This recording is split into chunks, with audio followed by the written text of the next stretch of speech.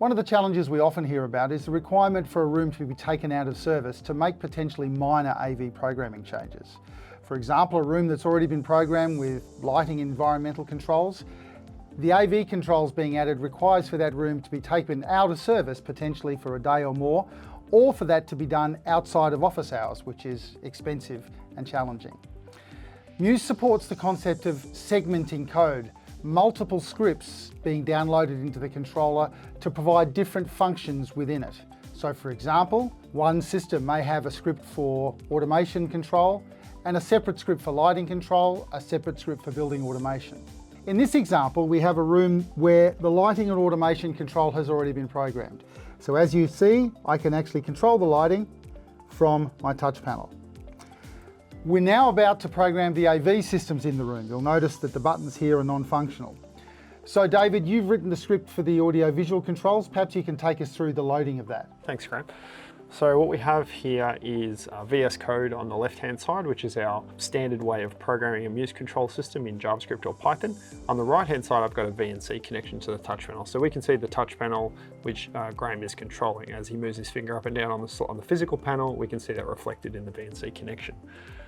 Within VS Code, I have a connection to the MUSE controller, which is down here on the bottom left, and I can see what programs are currently running on the MUSE controller. So at the moment, I have the lighting program running on there. What I'm going to do now is push the code for the AV control system to the MUSE controller.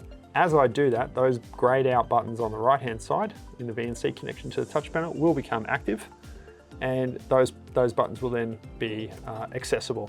Also, we'll see the program is now running on the MUSE controller. So as soon as it's running, as soon as it's pushed, it's running, and then we now control a new part of the system without interrupting the operation of the existing part of the system.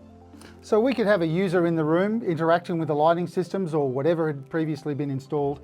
We've upgraded the functionality of the system without having any impact on the operation. This concept of segmentation of programming or individual scripts for individual functions also allows us to address another common problem, that AV systems are getting smaller and require less control. So less of a requirement for an individual controller in each room, and more a desire to share a single controller across multiple rooms, reducing cost and installation time. With MUSE, we can now look at this concept of individual scripts for individual rooms. Historically, a traditional AV control system would require a single script for that controller, and if we wanted to make a change to that script, every single room in that environment would have to be taken out of service while that programming change was made.